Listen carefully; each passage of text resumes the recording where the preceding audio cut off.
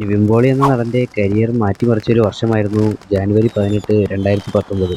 അന്നായിരുന്നു Mikhail എന്ന cinema റിലീസായത്. മച്ചാന് അന്ന് മുതൽ തുടങ്ങിയ കഷ്ടകാലമാണ്. ഇതുവരെ അധികം തിരിച്ചു വന്നിട്ടില്ല. തുടക്കം തന്നെ ഒരു പ്രൊഫഷണൽ കില്ലർ കാറിലുള്ള കുറച്ചുപേരെ കൊല്ലും. അത് ചെയ്യിപ്പിച്ചത് അഗാട്ട ജോർജ് ആണെന്ന് അറിഞ്ഞിട്ട് പോലീസ് അയാളെ പിടിക്കാനായിട്ട് വരും.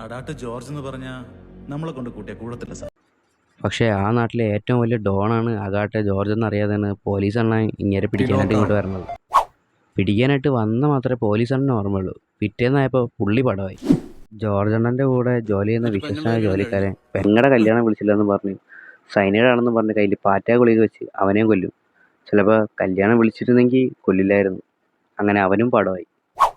അങ്ങനെ കല്യാണം വിളിക്കാത്ത ദേഷ്യത്തിൽ കൂടെ ഉണ്ടായിരുന്നവനെയൊക്കെ കൊന്നിട്ട് പാട്ടും പാടി ജോർജ് ഏട്ടൻ പോകുമ്പോഴത്തേക്കുമാണ് പെട്ടെന്ന് ഒരാൾ വന്നിട്ട് ജോർജ് ഏട്ടനെ അങ്ങ് തീർക്കണത്. ജോർജ് ഏട്ടൻ മരണം മുന്നിൽ കണ്ടെന്ന് തോന്നും, അല്ലാതെ ഈ പാട്ടൊന്നും പാടിക്കൊണ്ട് പോകില്ലല്ലോ. അങ്ങനെ ജോർജ് ഏട്ടൻ പടമായി. അങ്ങനെ തുടർന്ന് അങ്ങോട്ടും ഇങ്ങോട്ടും കൊലകൾ നടന്നുകൊണ്ടിരിക്കുന്നതുകൊണ്ട് കേസ് അന്വേഷിക്കാനായിട്ട് പുതിയ പോലീസ് ഓഫീസേഴ്സ് വരും. അപ്പോഴാണ് നമ്മുടെ മെയിൻ വില്ലൻ മാർക്കോയുടെ എൻട്രി.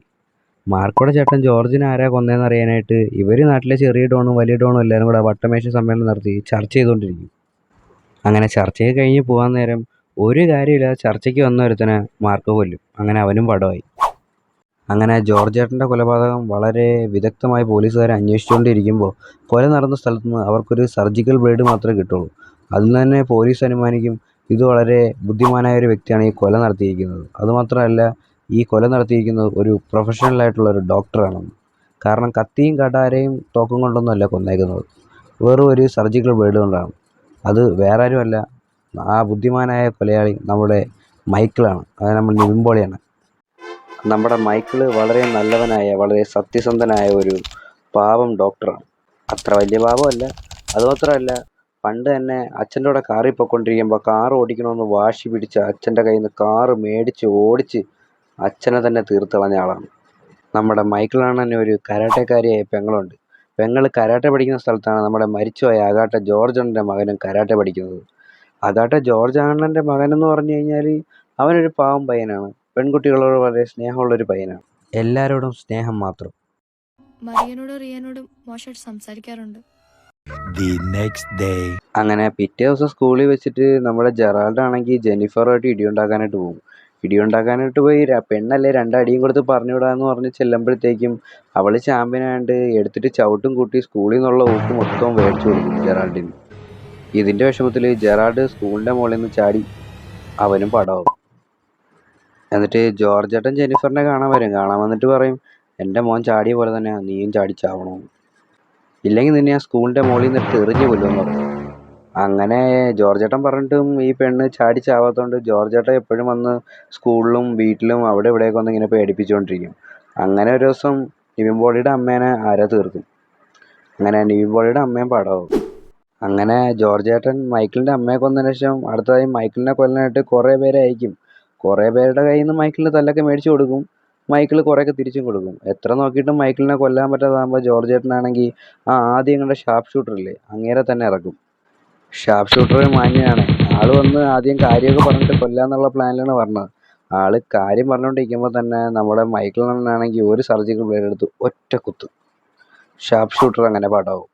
ഇവിടെ ആദ്യം മുതലേ ജോർജ് ഏട്ടനെ കൊന്ന ആരാണെന്ന് കണ്ടുപിടിക്കണമെന്ന് പറഞ്ഞ് മാർക്കോ ഇങ്ങനെ പ്രാന്തനെ പോലെ നടന്നിട്ട് ഇപ്പം നോക്കുമ്പോൾ മാർക്കോ സുഖമായിട്ട് കിടന്ന് ഉറങ്ങിക്കൊണ്ടിരിക്കുകയാണ്. അപ്പോഴാണ് മാർക്കോ ആദ്യം കൊന്നില്ലേ അവൻ്റെ സഹോദരൻ മാർക്കോനെ കൊല്ലാനായിട്ട് മാർക്കോ ഉറങ്ങിക്കിടന്ന സമയത്ത് മാർക്കോൻ്റെ വീട്ടിലോട്ട് വരുന്നത്. അവൻ ഭയങ്കര മാസിൽ അവിടെ തോക്കൊക്കെ ആയിട്ട് ഇരുന്നിട്ട് അവസാനം മാർക്കോൻ്റെ അടിയും കൊണ്ട് വീട്ടിലോട്ട് പോകും.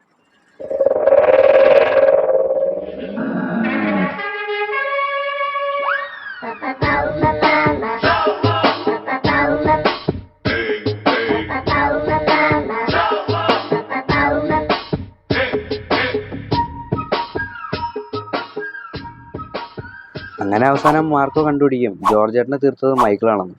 അങ്ങനെ മൈക്കിളിനെയും കൊല്ലണം, ഇപ്പോൾ മാർക്കോനെ ജെന്നിഫറിനെയും കൊല്ലണം. അങ്ങനെ മൈക്കിളിനെ അന്വേഷിച്ച് മൈക്കിൾ ജോലി ചെയ്യുന്ന ഹോസ്പിറ്റലിലോട്ട് വരും. ആൾ ഡീസൻ്റ് ആയിട്ടാണ് നടക്കണമെങ്കിലും വായിന്ന് വരുന്ന മൊത്തം തറ വർത്തമാനങ്ങളാണ്. പക്ഷേ മാർക്കോ നല്ലൊരു മനുഷ്യനാണ്. ഹോസ്പിറ്റലിൽ വന്നപ്പോൾ തന്നെ ഹാർട്ട്, കിഡ്നി, പാൻക്രിയാസ്, ലിവർ എല്ലാം ഡൊണേറ്റ് ചെയ്യും. ജോർജ് ഏട്ടൻ ബോംബായിരുന്നെങ്കിൽ മാർക്കോ ഒരു മിസൈലാണ്. കാര്യം എന്ന് വെച്ച് കഴിഞ്ഞാൽ രണ്ടുപേർക്കും ആൾക്കാരെ മാനസികമായിട്ട് പീഡിപ്പിക്കാനാണ് ഏറ്റവും കൂടുതൽ ഇഷ്ടം. സംഭവം എന്ന് വെച്ച് കഴിഞ്ഞാൽ ജോർജ് ഏട്ടൻ ജെന്നിഫറിനെ പീഡിപ്പിക്കാനായിട്ട് വീടിൻ്റെ പുറത്ത് വന്ന് നിന്ന് പേടിപ്പിക്കുകയാണെങ്കിൽ മാർക്കോ വീടിൻ്റെ അകത്തു നിന്നാണ് പേടിപ്പിക്കുന്നത്. അതുമാത്രമല്ല അവർ കുളിക്കുന്നതിന് മുമ്പ് അവരുടെ ബാത്റൂമിൽ കയറി ഒന്ന് കുളിച്ച് അവരെ മാനസികമായിട്ട് തളർത്തുക, അങ്ങനെ കുറേ കാര്യങ്ങളാണ് മാർക്ക് ചെയ്യുന്നത്. അങ്ങനെ ഇരിക്കുമ്പോഴാണ് വീൽ ചെയറിലെ അപ്പാപ്പനും അപ്പാപ്പൻ്റെ ബ്രദറും വന്നിട്ട് ജെന്നിഫറിനെ തട്ടിക്കൊണ്ട് പോകുന്നത്. ജെന്നിഫറിനെ തട്ടിക്കൊണ്ട് പോയ പിറകെ തന്നെ മൈക്കിളണ്ണനും പിറകെ പോകും. മൈക്കിളണ്ണൻ പോയി നോക്കുമ്പോഴത്തേക്കും വീൽ ചെയറിലെ അപ്പാപ്പനാണെങ്കിൽ ജെന്നിഫറിൻ്റെ കൈയുടെ ഞരമ്പൊക്കെ മുറിച്ചിട്ട് കൊല്ലാൻ നോക്കുന്നുണ്ടാവും. അങ്ങനെ വീൽ ചെയറിലെ അപ്പാപ്പൻ്റെ ബ്രദറിനെയൊക്കെ ഇടിച്ച് കൂട്ടി ഡിക്കിയിലാക്കിയിട്ട് വീൽ ചെയറിലെ അപ്പാപ്പൻ്റെ അടുത്ത് കാറിൻ്റെ ഫ്രണ്ടിൽ കെട്ടിവെച്ചിട്ട് ആ നാട് മൊത്തം ചുറ്റി കാണിക്കും മൈക്കിളണ്ണൻ. അങ്ങനെ പടം ക്ലൈമാക്സിലോട്ട് കിടക്കുക എന്ന് പറയുമ്പോഴത്തേക്കും നമ്മുടെ മാർക്കോണൻ അവസാനം ഒരു വഴിയില്ലാതെ ജെന്നിഫറിനെ ഹോസ്പിറ്റലിൽ നിന്ന് തട്ടിക്കൊണ്ട് വരും. എന്നിട്ട് ആ നാട്ടിലെ ഏറ്റവും വലിയ ബിൽഡിങ്ങിൻ്റെ മണ്ടേ കൊണ്ട് നിർത്തും. എന്തിനാ? ചാടാൻ. അപ്പോൾ എങ്ങനെയാണെന്നറിയണം, നമ്മുടെ മൈക്കിളണ്ണൻ അവിടെ പറന്നെത്തും. പിന്നെ മാർക്കുമായിട്ട് പൊരിഞ്ഞ ഫൈറ്റ്.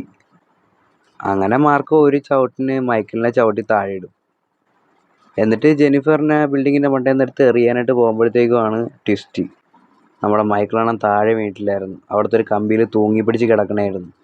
അവിടെ നിന്നും മൈക്കിളണ്ണൻ എണീറ്റ് വന്നിട്ട് മൈക്കിളണ്ണൻ്റെ സീക്രട്ട് വെപ്പണായ ആ അൾട്ടിമേറ്റ് വെപ്പണായ ആ ഒരു സർജിക്കൽ ബ്ലേഡ് എടുത്തിട്ട് അങ്ങോട്ടൊരു കാച്ചി ഇങ്ങോട്ടൊരു കാച്ചി. ക്ലീൻ. മാർക്കോ അണ്ണൻ ഉണ്ടാവും. മാർക്കോ അണ്ണൻ ബ്രെയിൻ ഡെത്ത് ആയെങ്കിലും 3 പേർക്ക് ഉപകാരപ്പെട്ടിട്ടാണ് മാർക്കോ അണ്ണൻ പോയത്. ശുഭം.